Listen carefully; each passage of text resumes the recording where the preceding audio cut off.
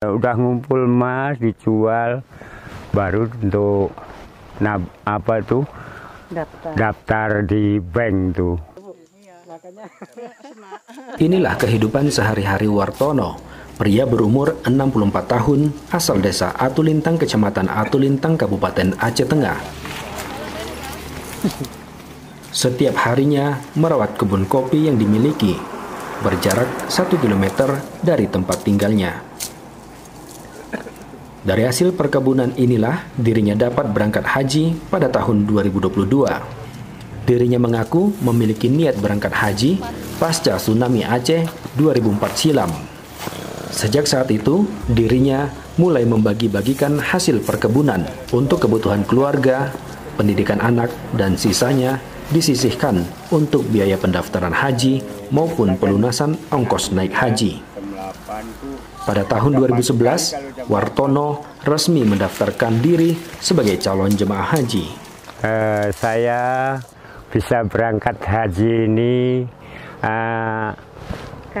karena dari rezeki dari kopi ini ya dikumpulkan sedikit demi sedikit untuk berangkat haji 2022 ini. Bisa nabung itu kan ya selebihnya untuk per hari-hari itu ada tinggal sedikit dikumpulkan untuk beli emas kayak gitulah Pak.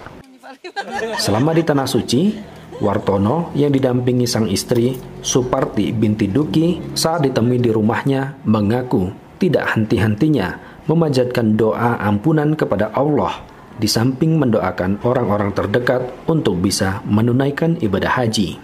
Mohon ampun, mohon maaf selama hidup kita ini dari muda sampai tua ini, kalau orang kan pasti ada kesalahan.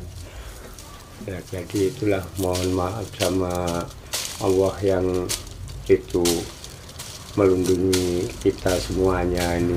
Kita kalau nggak sama itu sama siapa lagi? Seumur kita ini paling kan kita kan nggak milik harta benda lagi Pak. Ya kalau keluar dari petani kan udah cukup kita untuk makan per hari-hari.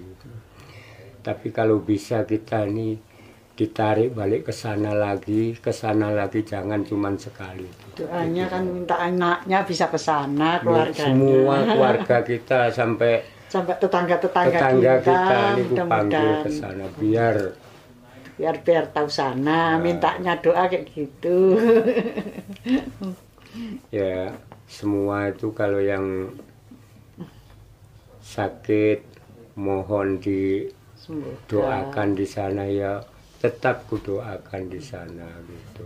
Diakui selama pelaksanaan haji, pelayanan yang diberikan pemerintah Indonesia berjalan dengan baik, tidak ada yang kurang. Semua kebutuhan dilengkapi dan dipenuhi. Udah perawatan dari pemerintah udah bagus semua, nggak ada kekurangan sedikit pun. Terima kasih. Satiran, RRI Takengon melaporkan.